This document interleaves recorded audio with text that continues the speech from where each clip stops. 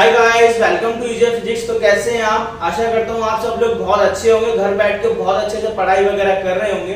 तो इस वीडियो के अंदर हम आज इलेक्ट्रिक फील्ड के बारे में पूरा डिटेल डिस्कशन करेंगे। इलेक्ट्रिक फील्ड के एक एक सारे टॉपिक, डेरिवेशन सबको कवर करेंगे इस वीडियो के अंदर। तो वीडियो को पूरा देखिएगा, लास्ट तक देखिएगा।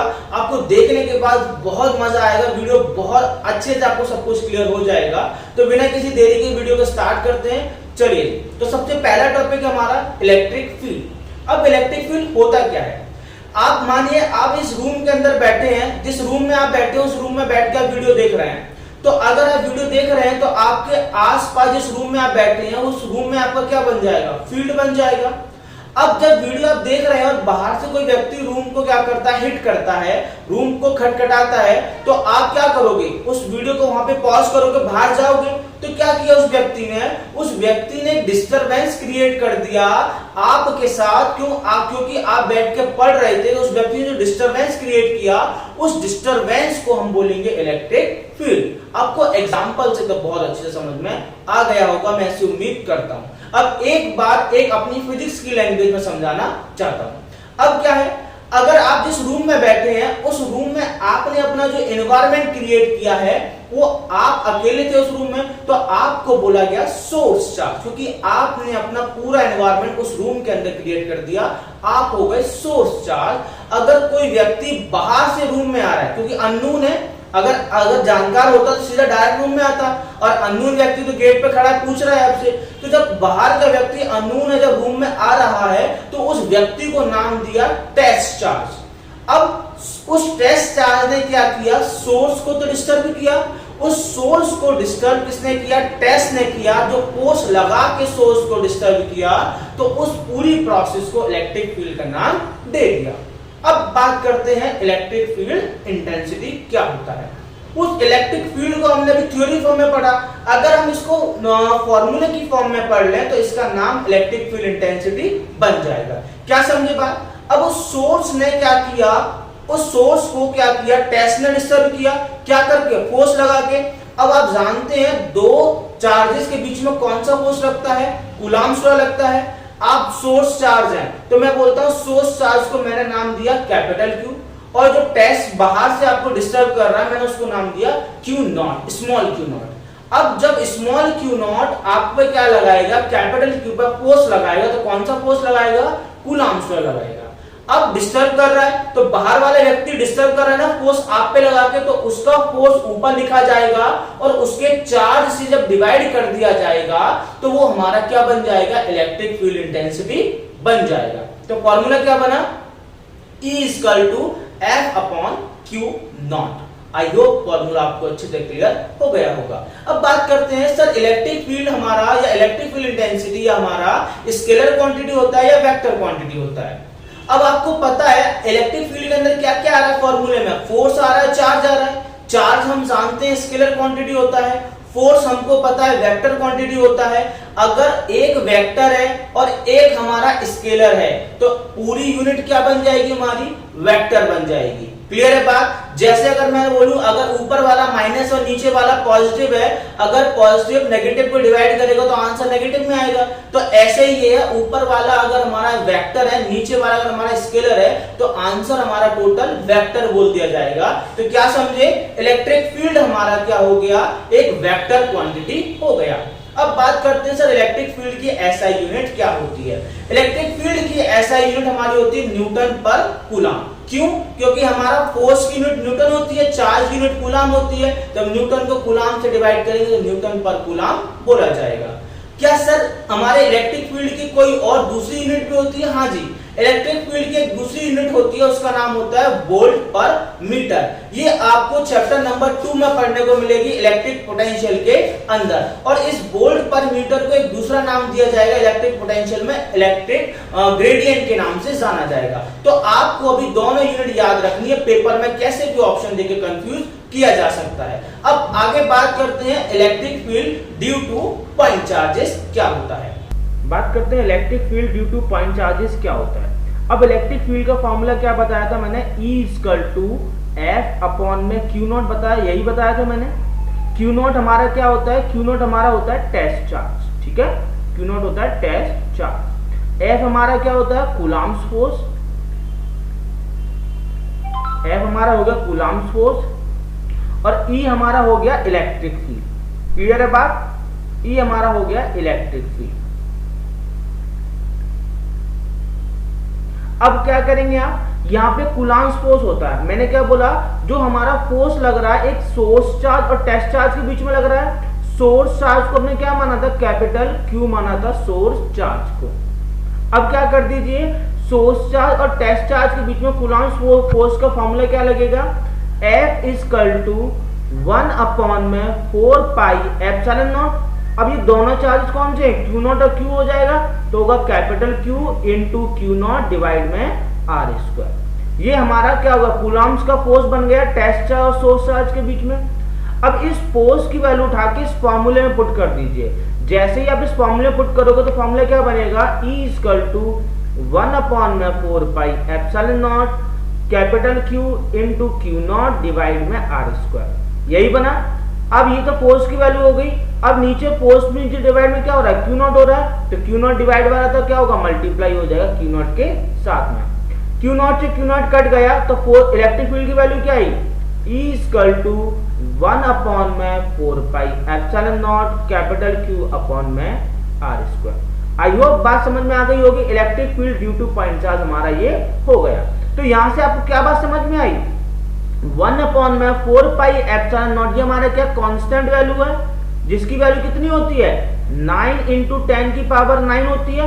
यही आपने पढ़ा है, क्लियर है बात। इसकी वैल्यू 9 इंटू 10 की पावर 9 होती है। तो क्या समझ में आया, अगर मैं इस कांस्टेंट को हटा देता हूं यहां से, तो हमारा क्या बचेगा, सिर्फ हमारा यही बचा, E equal to Q upon में R स्क्वायर, यही बचा। तो क्या समझे आप कि इलेक्ट्रिक फील्ड हमारा डायरेक्टली प्रोपोर्शनल होगा सोर्स चार्ज के।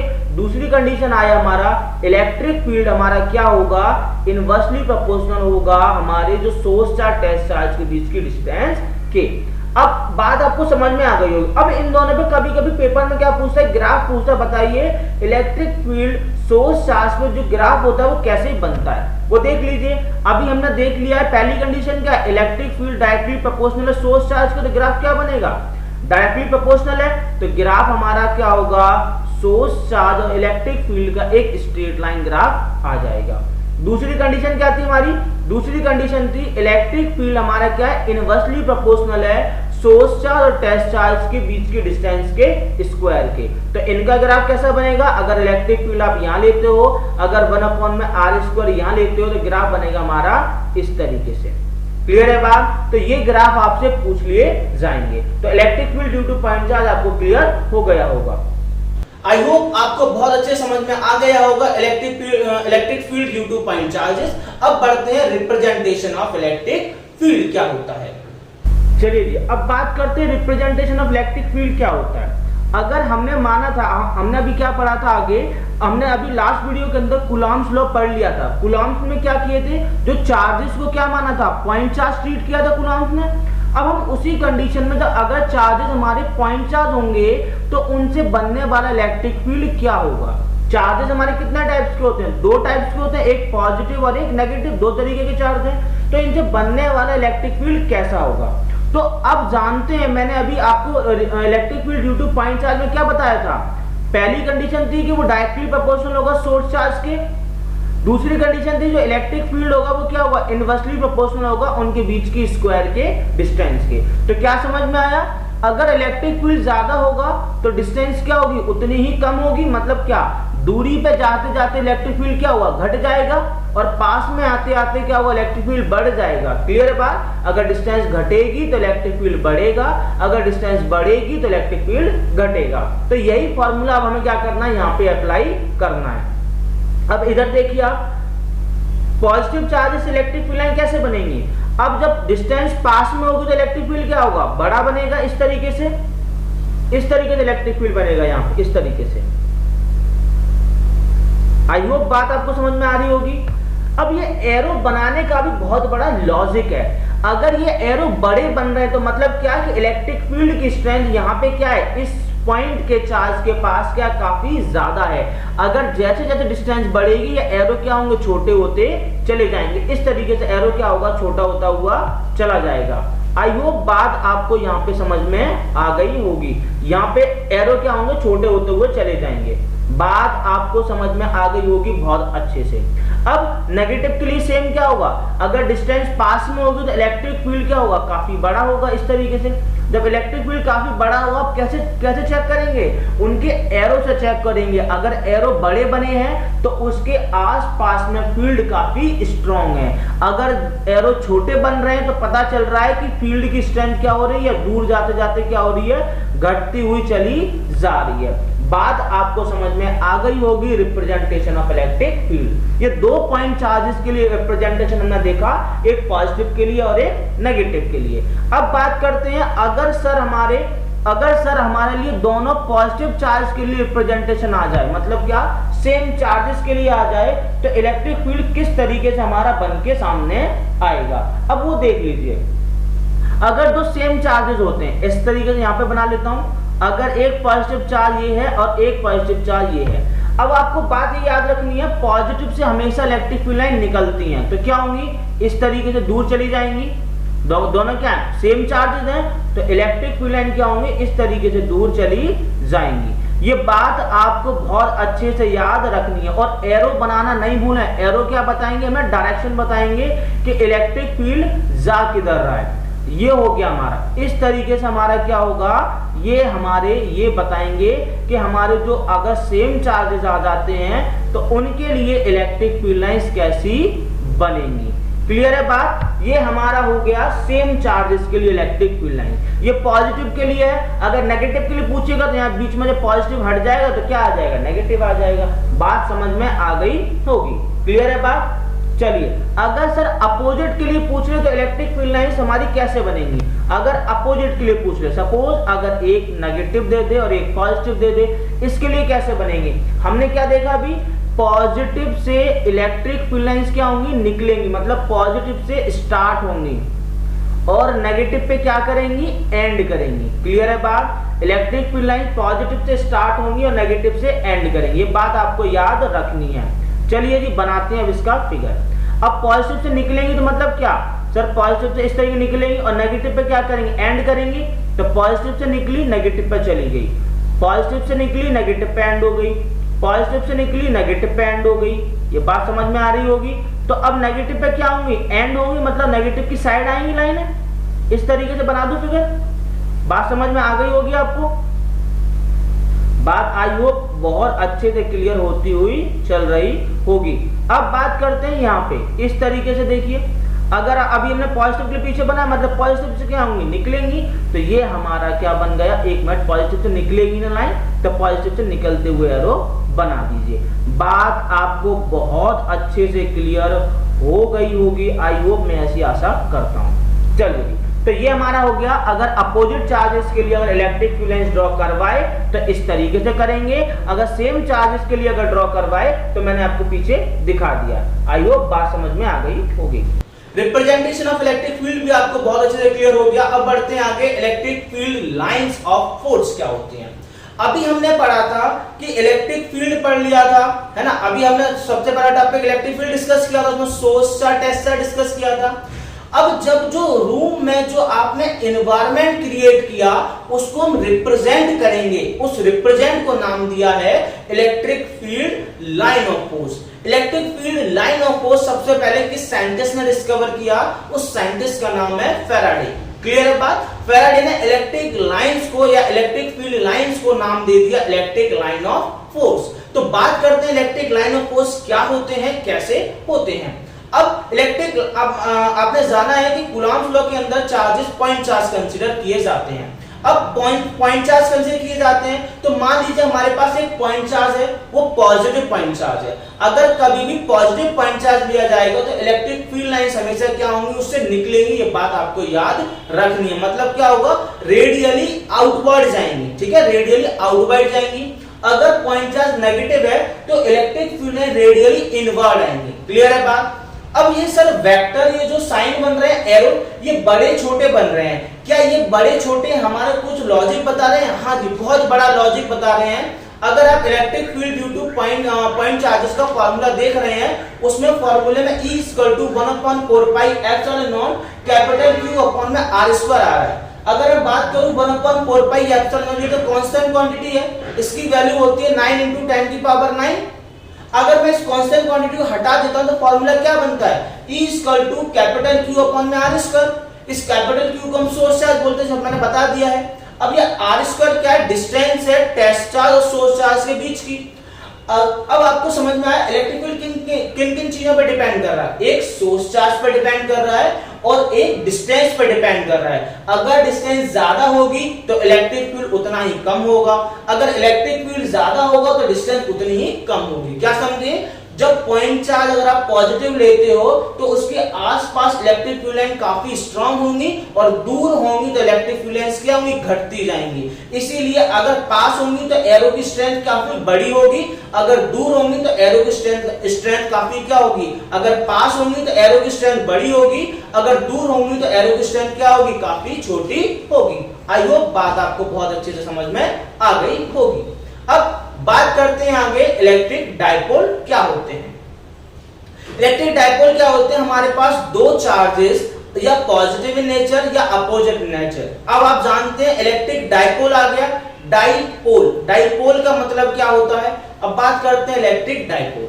अब आप जान गए होंगे word electric dipole. Dipole, dipole का मतलब दो पोल। अगर दो अपोजिट नेचर के पोल को आप सेपरेट कर देते हो कुछ डिस्टेंस दूरी पे, उनको नाम देंगे आप इलेक्ट्रिक डायपोल। लेकिन उन दो पोल के बीच की दूरी कितनी होनी चाहिए, 2 × a होनी चाहिए। अब सर 2a क्यों होनी चाहिए, r क्यों नहीं हो सकती, a क्यों नहीं हो सकती, 2a ही क्यों होगी।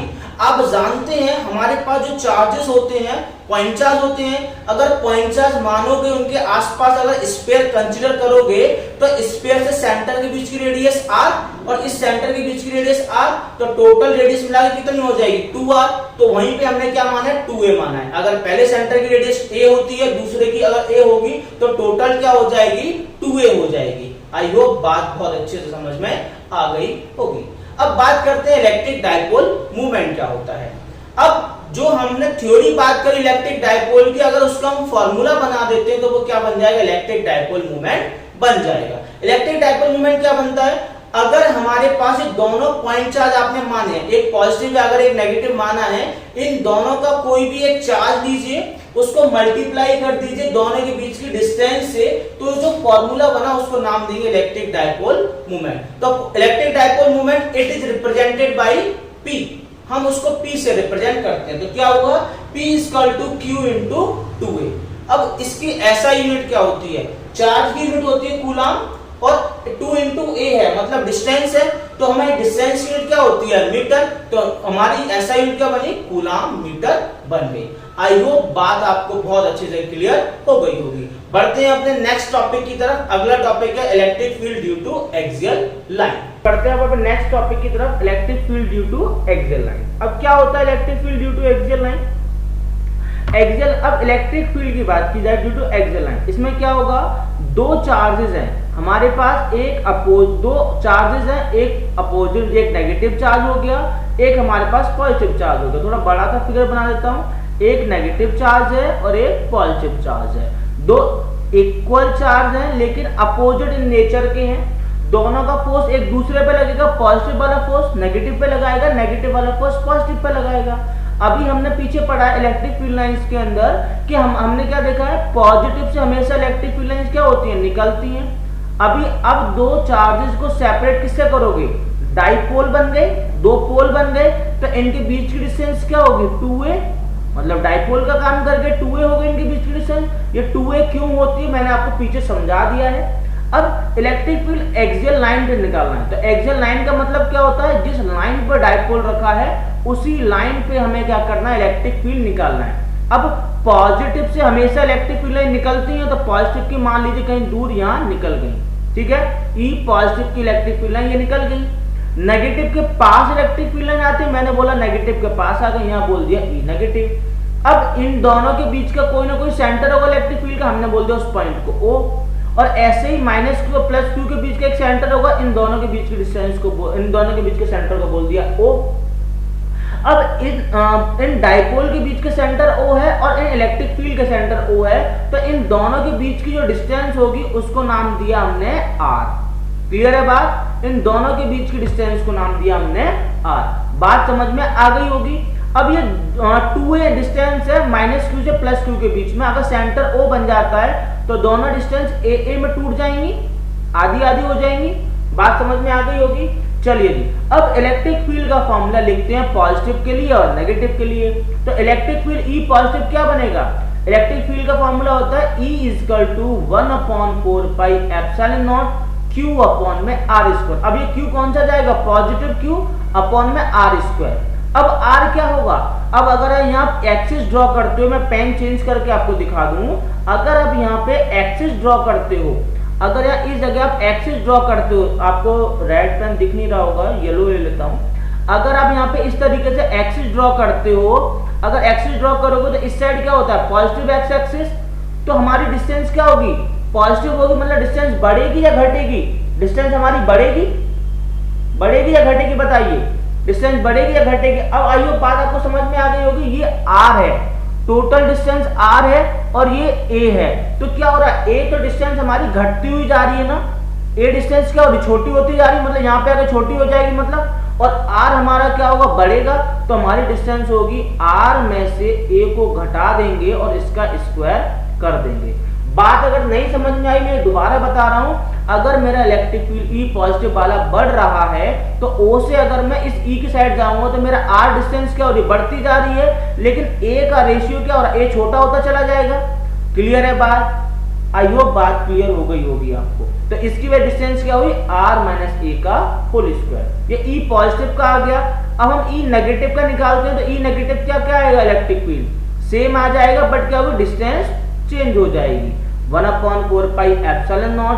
अब यहाँ नेगेटिव क्यू के लिए लिख रहे हैं, लेकिन इलेक्ट्रिक फील्ड आप क्या करिएगा? जब भी डेरिवेशन करिएगा सिर्फ मैग्नीट्यूड की बात करिएगा, आप उनके मैग्नीट्यूड के टर्म्स में बात करिएगा, उनके ये जो नंबर है दिख रहे हैं ना, साइन के टर्म्स में बात मत करिएगा।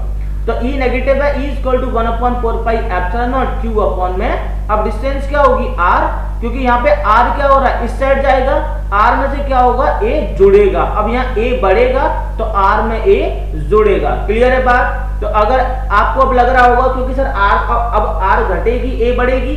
भाई r अगर इस साइड जाएगा तो भी बढ़ेगी और r अगर इस साइड जाएगा तो भी बढ़ रही है। डिस्टेंस तो बढ़ रही है ना r की, लेकिन a घटना बढ़ने पर डिपेंड कर रहा है। क्लियर है बात? तो ये डिस्टेंस हो गई q = r + a का होल स्क्वायर। आई होप बात आपको अच्छे से क्लियर हो गई होगी।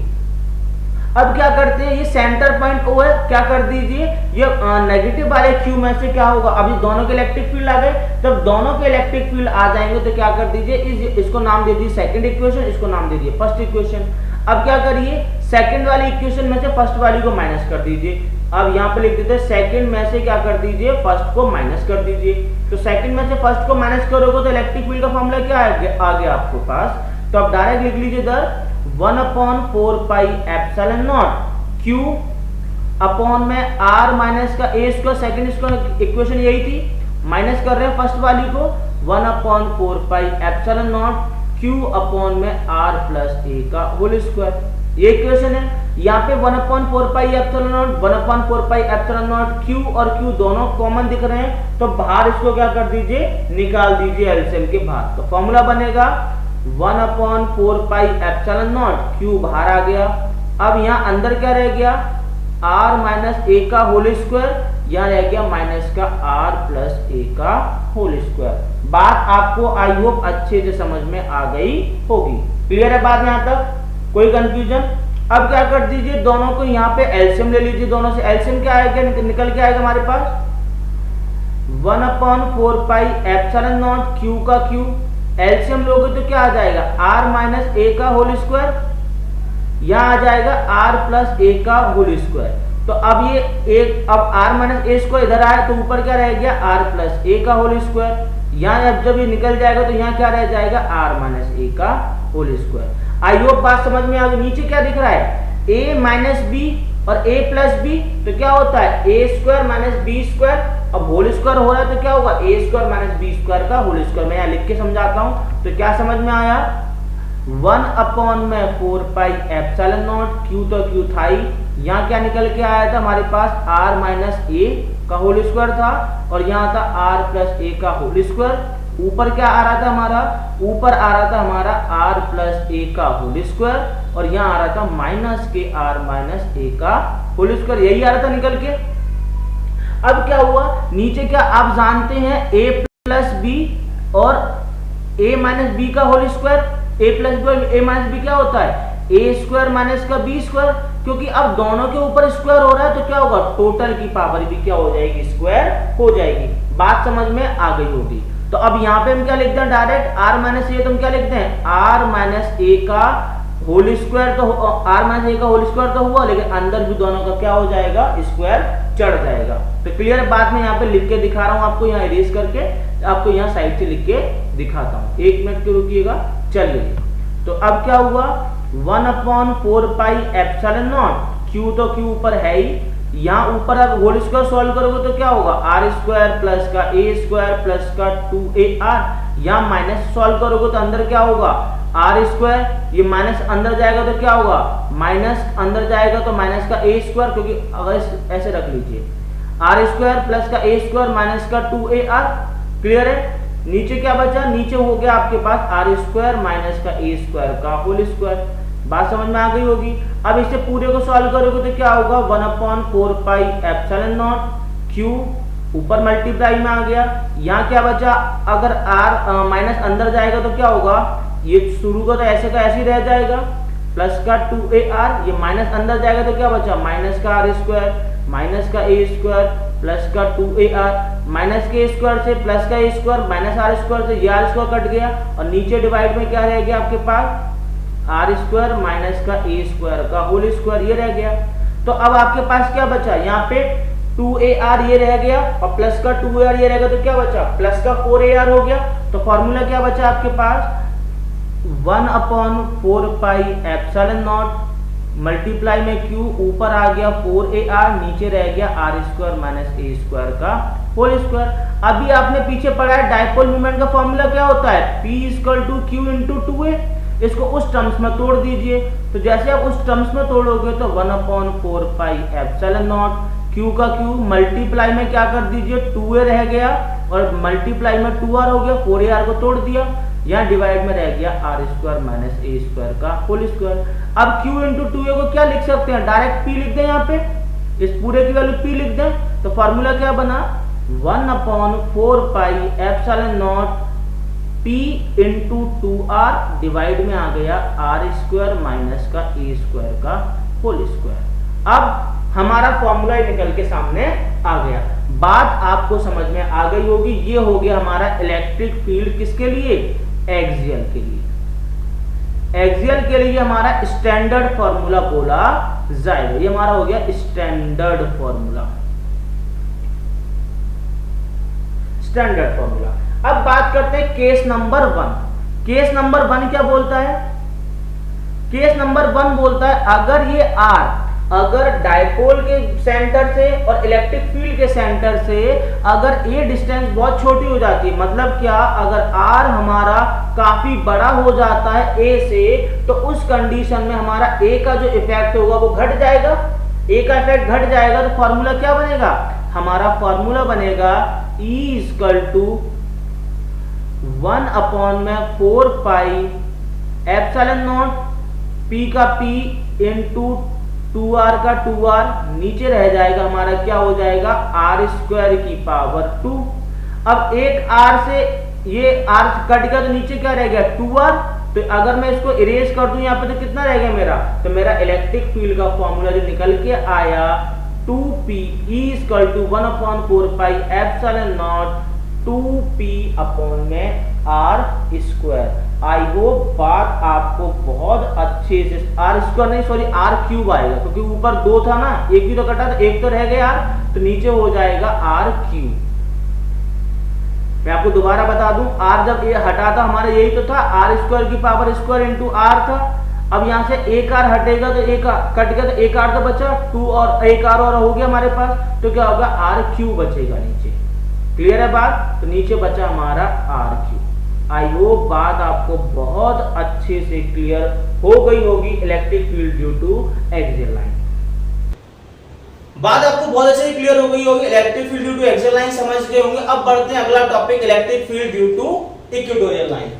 बढ़ते हैं अब नेक्स्ट टॉपिक की तरफ, electric field due to axial line. अब क्या होता है electric field due to axial line? Axial, अब इलेक्ट्रिक फील्ड की बात की जाए ड्यू टू एक्सियल लाइन, इसमें क्या होगा, दो चार्जेस हैं हमारे पास, दो चार्जेस हैं, एक अपोजिट एक नेगेटिव चार्ज हो गया, एक हमारे पास पॉजिटिव चार्ज हो गया। थोड़ा बड़ा सा फिगर बना देता हूं, एक नेगेटिव चार्ज है और एक पॉजिटिव चार्ज है। दो इक्वल चार्ज हैं लेकिन अपोजिट इन नेचर के हैं, दोनों का फोर्स एक दूसरे पे लगेगा, पॉजिटिव वाला फोर्स नेगेटिव पे लगाएगा, नेगेटिव वाला फोर्स पॉजिटिव पे लगाएगा। अभी हमने पीछे पढ़ा है इलेक्ट्रिक फील्ड लाइंस के अंदर कि हमने क्या देखा है, पॉजिटिव से हमेशा इलेक्ट्रिक फील्ड लाइंस क्या होती हैं, निकलती हैं।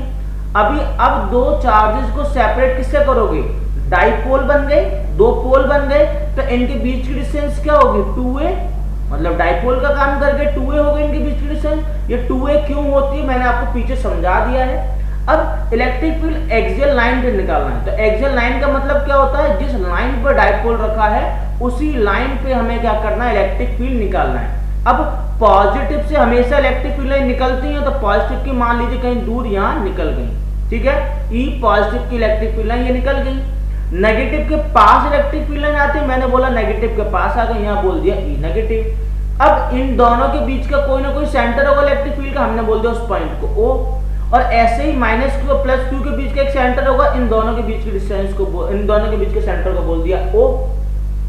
अब इन डाइपोल के बीच के सेंटर O है और इन इलेक्ट्रिक फील्ड के सेंटर O है, तो इन दोनों के बीच की जो डिस्टेंस होगी उसको नाम दिया हमने R।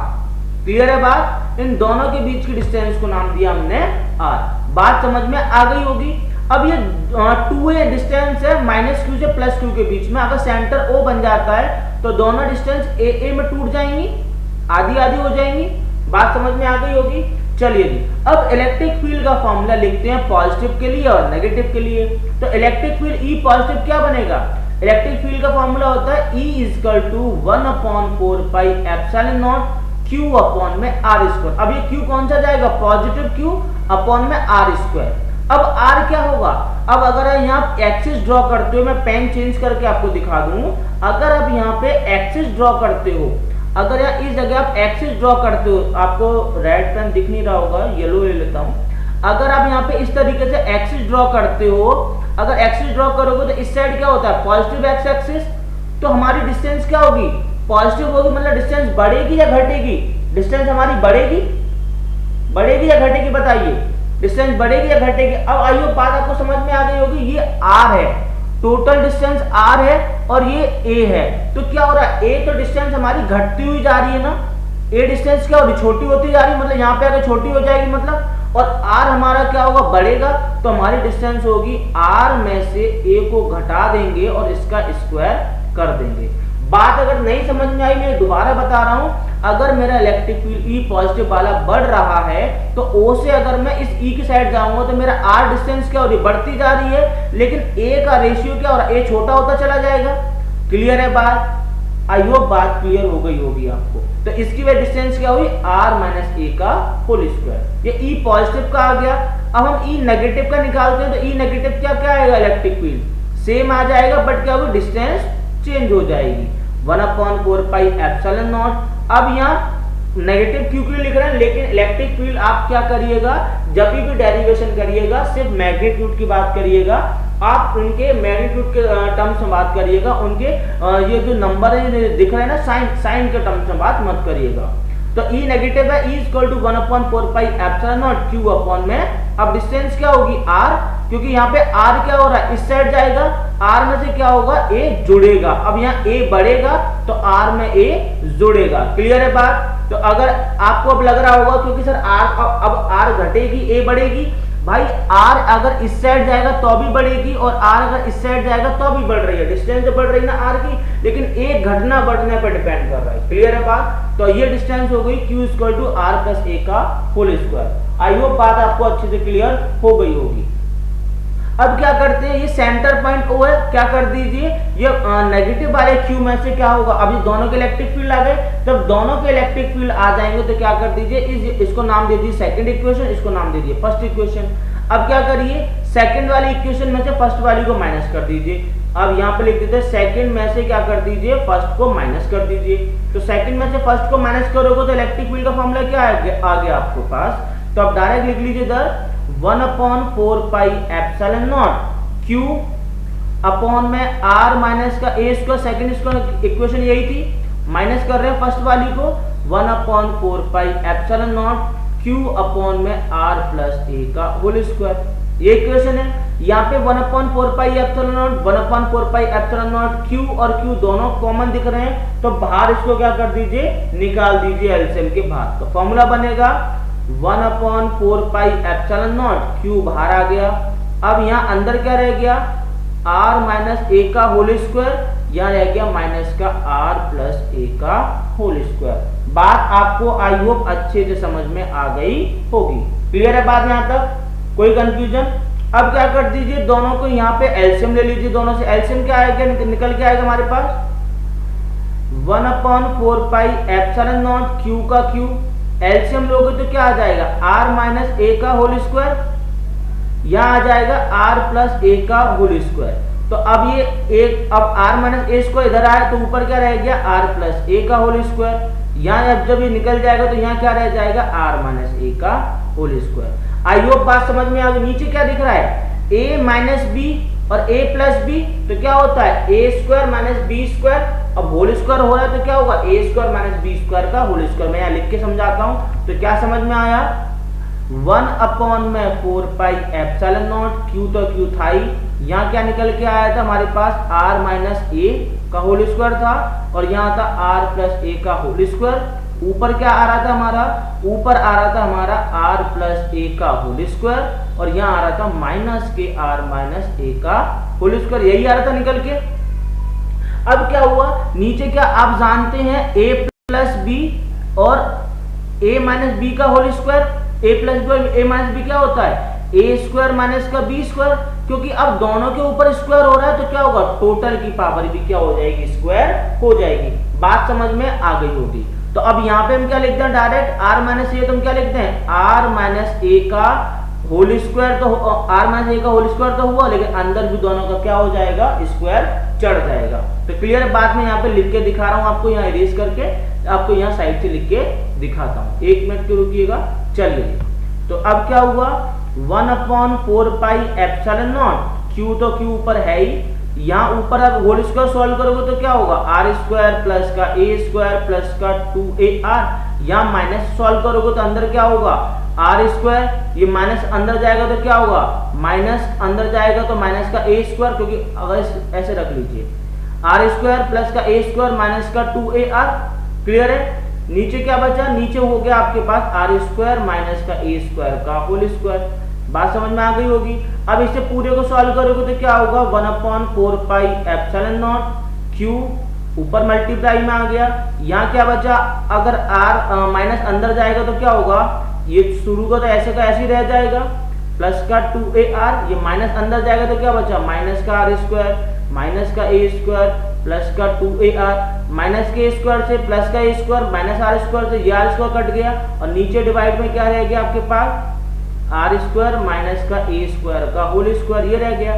तो अब आपके पास क्या बचा, यहाँ पे 2ar ये रह गया और प्लस का 2ar ये रहेगा तो क्या बचा, प्लस का 4ar हो गया। तो फॉर्मूला क्या बचा आपके पास, 1/4 पाई एप्सिलॉन नॉट मल्टीप्लाई में Q ऊपर आ गया 4ar, नीचे रह गया r square minus a square का होल स्क्वायर। अभी आपने पीछे पढ़ा है डाइपोल मोमेंट का फॉर्मूला क्या होता है, P = Q × 2a। इसको उस टर्म्स में तोड़ दीजिए, तो जैसे आप उस टर्म्स में तोड़ोगे तो 1/4 पाई एप्सिलॉन नॉट Q का Q मल्टीप्लाई में क्या कर दीजिए, 2a रह गया और मल्टीप्लाई में 2r हो गया, 4ar को तोड़ दिया, यहाँ डिवाइड में रह गया r square minus a square का होल स्क्वायर। अब Q × 2a को क्या लिख सकते हैं, डायरेक्ट P लिख दें, यहाँ पे इस पूरे की वैल्यू P लिख दें। तो फॉर्मूला क्या बना, 1/4 pi epsilon nought P × 2r divide में आ गया r स्क्वायर माइनस का a स्क्वायर का होल स्क्वायर। अब हमारा फॉर्मूला निकल के सामने आ गया। बात आपको समझ में आ गई होगी। ये हो गया हमारा इलेक्ट्रिक फील्ड किसके लिए, एक्सियल के लिए। एक्सियल के लिए हमारा स्टैंडर्ड फॉर्मूला बोला जाएगा। ये हमारा हो गया स्टैंडर्ड फॉर्मूला, स्टैंडर्ड फॉर्मूला। अब बात करते हैं केस नंबर 1। केस नंबर 1 क्या बोलता है? केस नंबर 1 बोलता है अगर ये R, अगर डायपोल के सेंटर से और इलेक्ट्रिक फील्ड के सेंटर से अगर ये डिस्टेंस बहुत छोटी हो जाती है, मतलब क्या, अगर R हमारा काफी बड़ा हो जाता है A से, तो उस कंडीशन में हमारा A का जो इफेक्ट होगा वो घट जाएगा। A का इफेक्ट घट जाएगा तो फॉर्मूला क्या बनेगा? हमारा फॉर्मूला बनेगा E equal to 1/4 pi epsilon nought P का P इंटू 2R का 2R, नीचे रह जाएगा हमारा क्या हो जाएगा, R स्क्वायर की पावर 2। अब एक R से ये R कट गया तो नीचे क्या रह गया, 2R। तो अगर मैं इसको इरेज कर दूं यहाँ पे तो कितना रह गया मेरा, तो मेरा इलेक्ट्रिक फील्ड का फॉर्मूला जो निकल के आया 2P E equal to 1/4 pi epsilon nought 2P upon में R स्क्वायर। आई होप बात आपको बहुत अच्छे से, R स्क्वायर नहीं सॉरी R क्यूब आएगा, क्योंकि ऊपर 2 था ना, एक भी तो कटा।